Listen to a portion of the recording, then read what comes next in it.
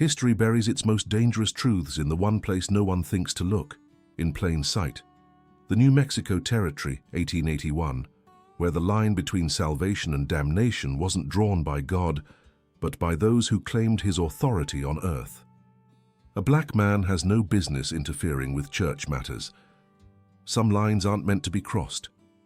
He'll hang for this, mark my words. When a desperate nun fled from bandits into the merciless desert, her rescue should have been celebrated as divine providence. Instead, it ignited a firestorm that threatened to expose decades of corruption and shatter the foundations of power across the territory. The Archbishop's letter left no room for interpretation. This matter must be resolved immediately and without public knowledge, by any means necessary. If you've never heard this story, ask yourself why.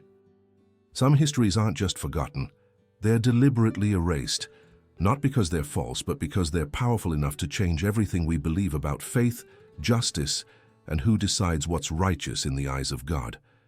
If this is your first time here, I need you to understand something important.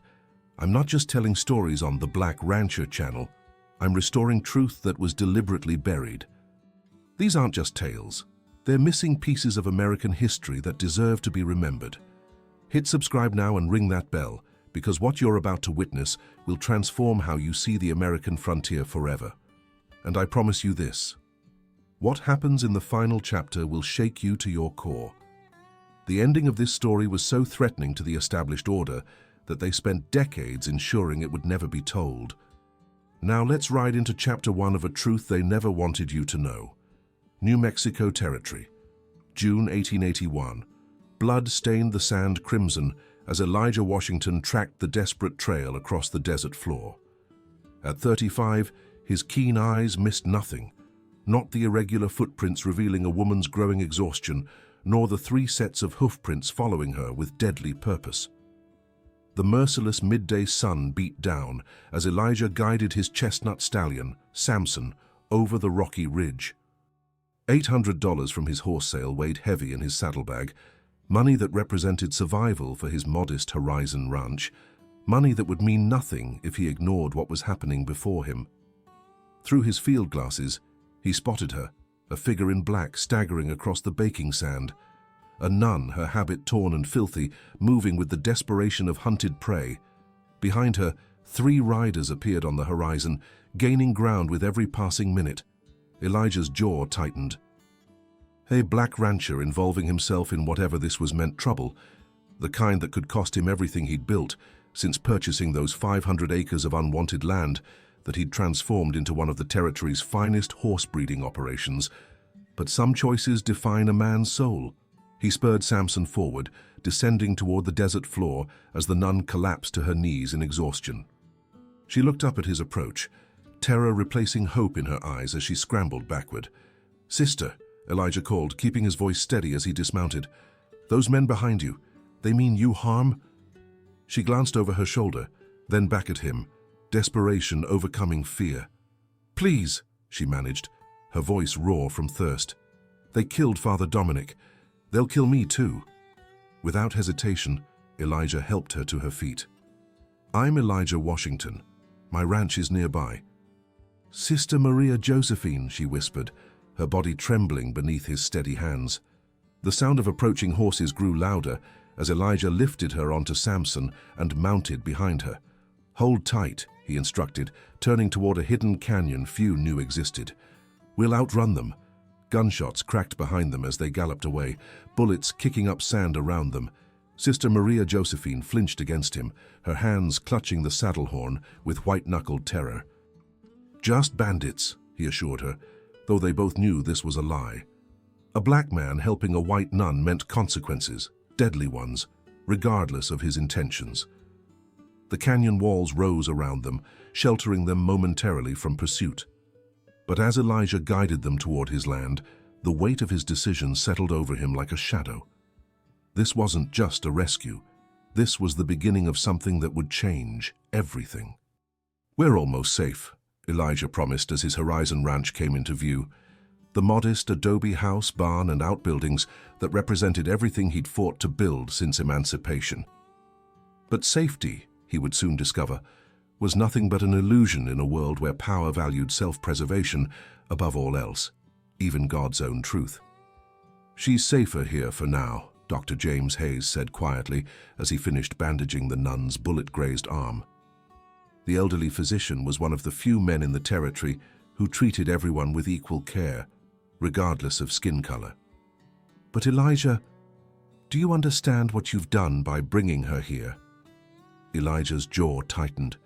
"I couldn't leave her to die." "No, you couldn't," Hayes agreed, packing his medical bag. "That's not the man you are, but a black rancher harboring a white nun." He shook his head gravely. "This territory isn't known for its understanding heart." As the doctor prepared to leave, he paused. "The mission of Santa Rosa has been searching for a missing nun. I'll discreetly inform them she's alive, but not where. That should buy you some time." After Hayes departed, Elijah checked on Sister Maria Josephine. Her fever had broken, and she watched him with startlingly clear blue eyes. "You stayed," she said softly. He straightened, slightly embarrassed at having fallen asleep in the chair beside her bed. "How are you feeling?" "Better." She attempted to sit up. "You saved my life, Mr. Washington." "Elijah," he corrected, "and anyone would have done the same." Her smile was sad and knowing. "We both know that isn't true." The truth of her words hung between them, a shared understanding of a world that sorted people by color and station, assigning value accordingly. "2 days ago," she began hesitantly, "I discovered something at the mission. Financial records showing church donations meant for the orphanage, the poor and native children being diverted elsewhere.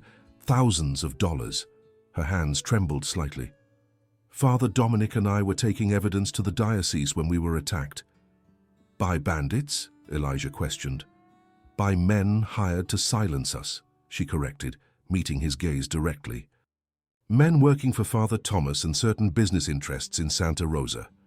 Before Elijah could respond, young Charlie Williams burst in. "Mr. Washington, riders coming, the sheriff and others."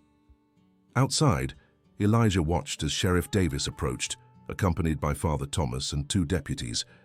The sheriff's perpetual scowl deepened at the sight of Elijah standing calmly on his porch.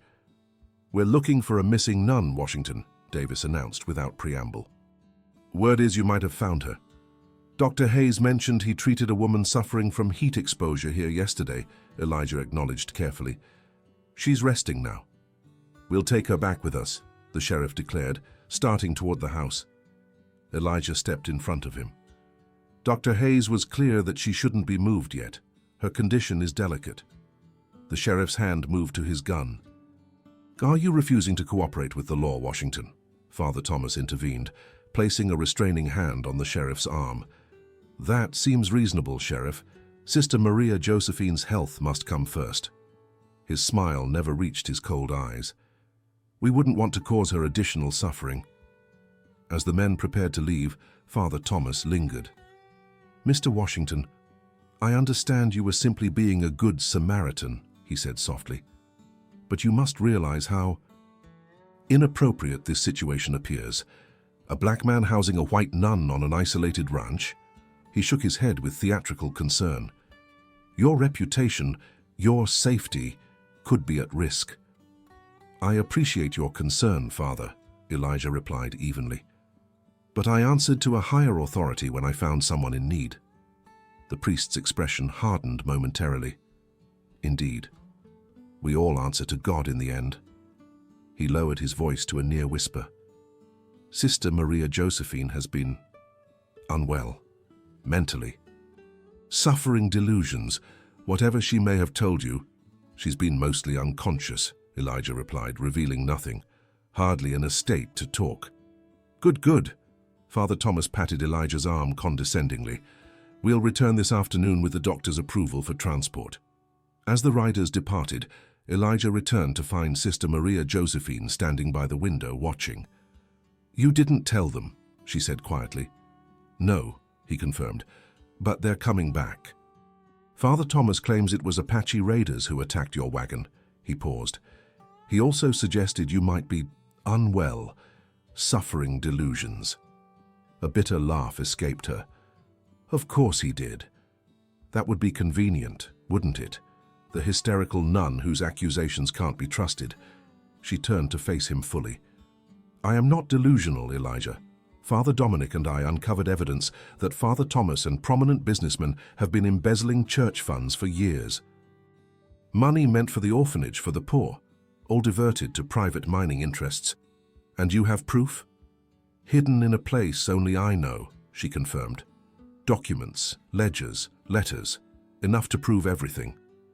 Elijah considered their options, weighing risks against conscience. We need to get you to Santa Fe, he finally decided, to Bishop Martinez. They'll be watching the roads, she warned. Not all of them, Elijah replied with quiet confidence. There are paths through these territories that only a few know. He crossed to a chest and withdrew a bundle of clothing. These belong to my late sister. They'll help you travel without drawing attention. Maria Josephine looked at the simple skirt and blouse, then back at Elijah with wonder in her eyes. You would risk everything to help me. Why? Elijah was quiet for a moment. Because 20 years ago, when I was still enslaved, a priest helped me escape north. He didn't see my color, only a child of God in need. His dark eyes held hers. I've never forgotten that. In that moment, something shifted between them. A connection deeper than circumstance, stronger than the barriers society had placed between a black rancher and a white nun. Thank you, she said simply, accepting both the clothes and the dangerous alliance they now formed. Rest now, he advised. When Dr. Hayes returns, we'll make our plan. His expression grew resolute. If justice is what you seek, I'll help you find it, whatever the cost. As he left her to change and rest, Elijah knew he was crossing a line from which there would be no return. But some lines were meant to be crossed, especially when truth and justice lay on the other side. If you're still with me, you're witnessing a story so threatening to the established order that it was deliberately erased from history books. This is the Black Rancher channel, where we uncover the hidden truths that shaped America. If you haven't subscribed yet, hit that button now and ring the bell, because what happens next will forever change how you see the relationship between faith, power, and justice on the American frontier. Now let's continue with Chapter 3, where everything is about to escalate in ways neither Elijah nor Sister Maria Josephine could have imagined. The whole town's talking, Doctor. Hayes warned as they stood in Elijah's kitchen, voices low. Not just about a missing nun, but about a black rancher harboring her. The implications are unsavory. Sheriff Davis and Father Thomas were here this morning, Elijah confirmed, his expression grim. They've ordered me to declare Sister Maria Josephine fit for travel back to the mission. The doctor's weathered hands trembled slightly. Elijah, I've tried to be a fair man in an unfair world, but what you're involved in now... He shook his head. They're saying you've abducted her, that you've... He couldn't finish the sentence. Maria Josephine entered, now dressed in the simple clothes Elijah had provided. Without her habit, she looked transformed, her light brown hair pulled back in a practical bun, her presence somehow both more ordinary and more striking. We need to recover the evidence before continuing to Santa Fe, she said without preamble. I hid it near Coyote Springs. That's Apache territory, Elijah warned. Yes, but not where Father Thomas has placed the blame, she countered. He said Apache raiders attacked our wagon, but it happened nowhere near their usual hunting grounds. A plan formed quickly. Dr. Hayes would return to town and report that Sister Maria Josephine needed at least another day of rest. Meanwhile, Elijah and the nun would slip away through the western canyon, taking a little-known trail toward Coyote Springs. God be with you both, Hayes said as he mounted his horse. You'll need all the help you can get. The journey was treacherous from the start. By mid-morning, Elijah spotted a lone rider tracking them from a distance, neither closing the gap nor falling behind. Not trying to catch us, he observed, just following. Waiting for reinforcements, Maria Josephine suggested grimly.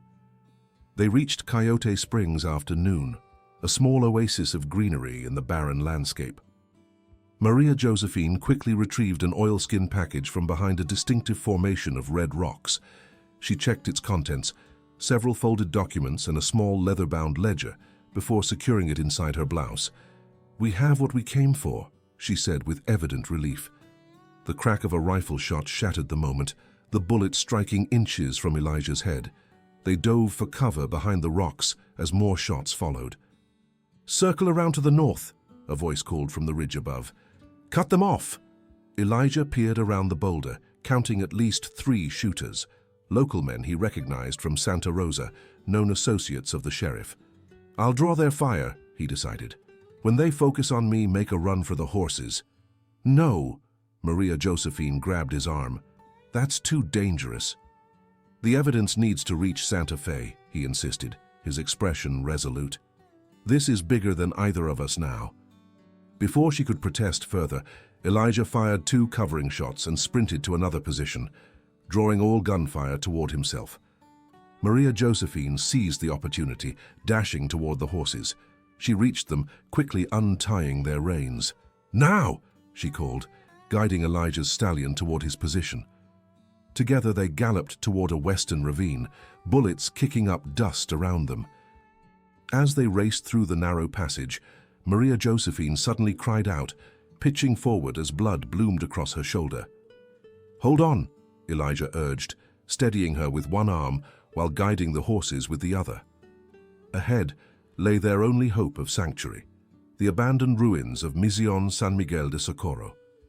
By the time they reached its crumbling walls, Maria Josephine was pale and struggling to remain conscious.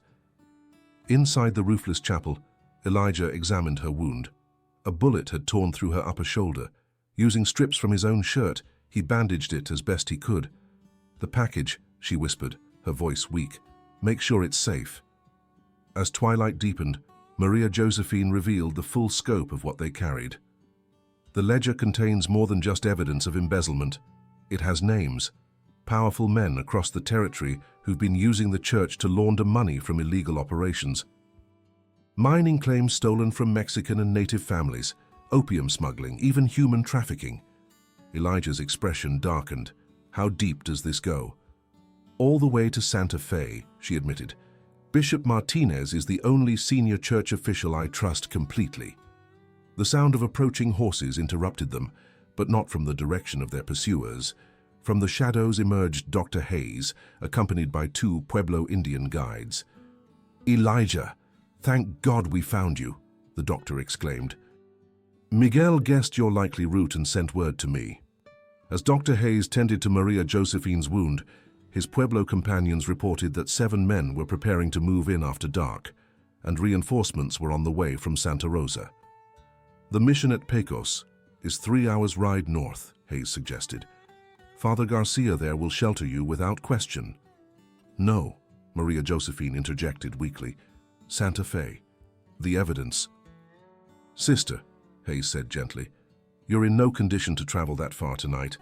Pecos first for medical attention, then Santa Fe."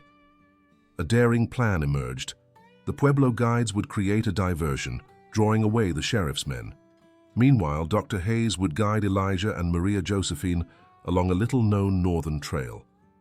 As gunfire erupted from the southern edge of the mission, the diversion beginning, Elijah helped Maria Josephine onto her horse. They slipped away through a breach in the northern wall, riding into the darkness with only faith and courage to guide them. The mission at Pecos materialized in the pre-dawn light like a divine apparition, its whitewashed walls glowing softly against the dark landscape. Father Garcia, awakened by their arrival, took in the situation with one glance and immediately ushered them inside. As Dr. Hayes tended to Maria Josephine, the priest offered Elijah sanctuary without hesitation or judgment, a rarity that reminded Elijah how true faith transcended the prejudices of men. "The situation in Santa Rosa has escalated," Hayes reported grimly. "Father Thomas has been preaching about the abduction of Sister Maria Josephine by a dangerous Negro. There's talk of involving territorial marshals." "On what charges?" "Kidnapping, assault on a woman of the cloth." Hayes shook his head. "The truth doesn't matter. They need to silence both of you before the evidence reaches the bishop." That evening, as sunset painted the mission walls with amber light, Elijah found Maria Josephine sitting alone in the garden, her fever broken, but her spirit contemplative. "The bishop says you'll leave for Santa Fe tomorrow," he said, joining her on a stone bench. She nodded. "There will be a formal inquiry. Trials, eventually." "And then?" "I don't know," she admitted, looking down at her hands. "Before all this, my path seemed clear. Now—" She glanced up at him, her eyes reflecting the fading light. "The bishop mentioned that you're returning to your ranch." "Yes," Elijah confirmed, "though I'm not certain what I'll find. Word travels fast in these territories. Your neighbors may not welcome you back." "Perhaps not, but it's still my home." His voice was steady, determined. "I built something there that matters to me." Maria Josephine studied his face in the gathering dusk. "You're a remarkable man, Elijah Washington. I'm just a man who tries to do what's right." "No," she said with quiet conviction. "You're much more than that. You risked everything for justice, for truth." Her hand found his on the bench between them. "I will never forget that." The touch of her hand, this simple human connection that defied every social boundary of their time, held more power than either could articulate. In that moment, something profound passed between them.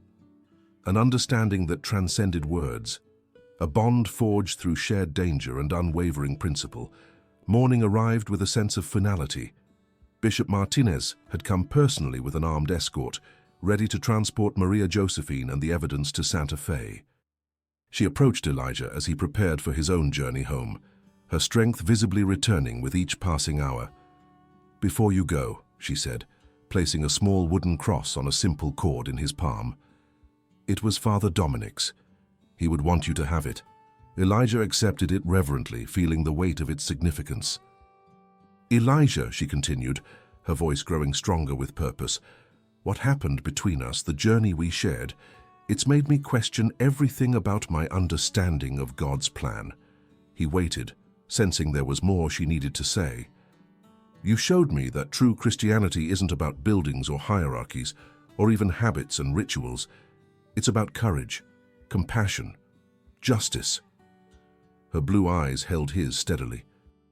"I've asked the bishop for a period of discernment, time to reflect on my vocation and where God is truly calling me to serve." Understanding dawned on Elijah. "You're considering leaving the convent." "I'm considering following my conscience wherever it leads," she clarified. "After what we've experienced, how can I return to a life bound by walls when there's so much work to be done in the world?" From the mission gates, the bishop called that they were ready to depart. Maria hesitated, then reached up and placed her hand against Elijah's cheek, a gesture of such simple intimacy that it spoke volumes about the transformation they had both undergone. "Whatever path I choose," she said softly, "I hope it crosses yours again, Elijah Washington." 3 weeks later, Elijah stood on the porch of his ranch house at sunset, surveying the land he had fought to reclaim. The return had been difficult. Some neighbors had turned their backs entirely, others maintained a wary distance. But surprisingly, several small ranchers had offered support, impressed by his stand against corruption. As the western sky blazed with color, he noticed a lone rider approaching along the main road. Something about the silhouette made his heart quicken, though he told himself not to hope. The rider drew closer, and Elijah stepped off the porch, hardly believing what his eyes revealed. She wore a simple dress and wide-brimmed hat rather than a nun's habit, but he would have recognized her anywhere. "Maria," he said, as she reined her horse to a stop before him. She smiled, and it was like sunrise breaking over the desert. "Elijah, the trial is proceeding," she finished. "Father Thomas and his conspirators will face justice." She dismounted with easy grace. "My testimony is complete for now. And your discernment?" Maria took a step toward him, her expression both serene and resolute. "I've realized that faith isn't confined to convent walls. Sometimes it's found in the courage to stand for truth, no matter the cost." She glanced around at the ranch. "I've spent my life serving others, and that won't change. But where and how I serve, that's what I'm still discovering." Hope bloomed in Elijah's chest, warm and unexpected. "What brings you to Horizon Ranch?" "I thought perhaps you might need a school teacher," she said, a hint of uncertainty in her voice for the first time. "For the children of your ranch hands and others nearby. The bishop has provided a letter of recommendation. The nearest school is 30 miles away, Elijah said carefully. A local teacher would be a blessing to this community. Then it's settled, she replied, her smile returning. If you'll have me. Elijah Washington, who had survived slavery and war, who had built a life from nothing, who had risked everything for justice, felt humbled by the courage of the woman before him, a woman who had walked away from everything familiar to forge a new path guided only by her conscience. Horizon Ranch would be honored, he said simply, offering his hand. As their fingers intertwined, the setting sun cast their shadows across the ranch yard, two silhouettes merging into one, stretching toward a future neither could have imagined just weeks before. From the mission in Santa Rosa to the highest offices in Santa Fe, the church trembled, not from fear or scandal, but from the powerful reminder that true faith transcends all human boundaries. That sometimes God's work is done not by those in clerical collars or holy habits, but by ordinary people with extraordinary courage, following the highest law of all, love thy neighbor as thyself. If this story stirred something deep inside you, remember that there are countless untold histories just like it, moments when ordinary people found the extraordinary courage to stand against corruption and injustice, even when it came wrapped in the cloak of religious authority. This isn't just history. This is the blueprint for how real change happens, one brave decision at a time. Hit that subscribe button now and join the Black Rancher community, where we resurrect the forgotten heroes who shaped America through their quiet courage. Share this video with someone who needs to be reminded that the most powerful force for justice isn't found in laws or institutions, but in individual hearts brave enough to stand for what's right when everyone else looks away. Thank you for witnessing this story. Until next time, remember, true faith never asks us to ignore injustice. It demands that we confront it, no matter the cost.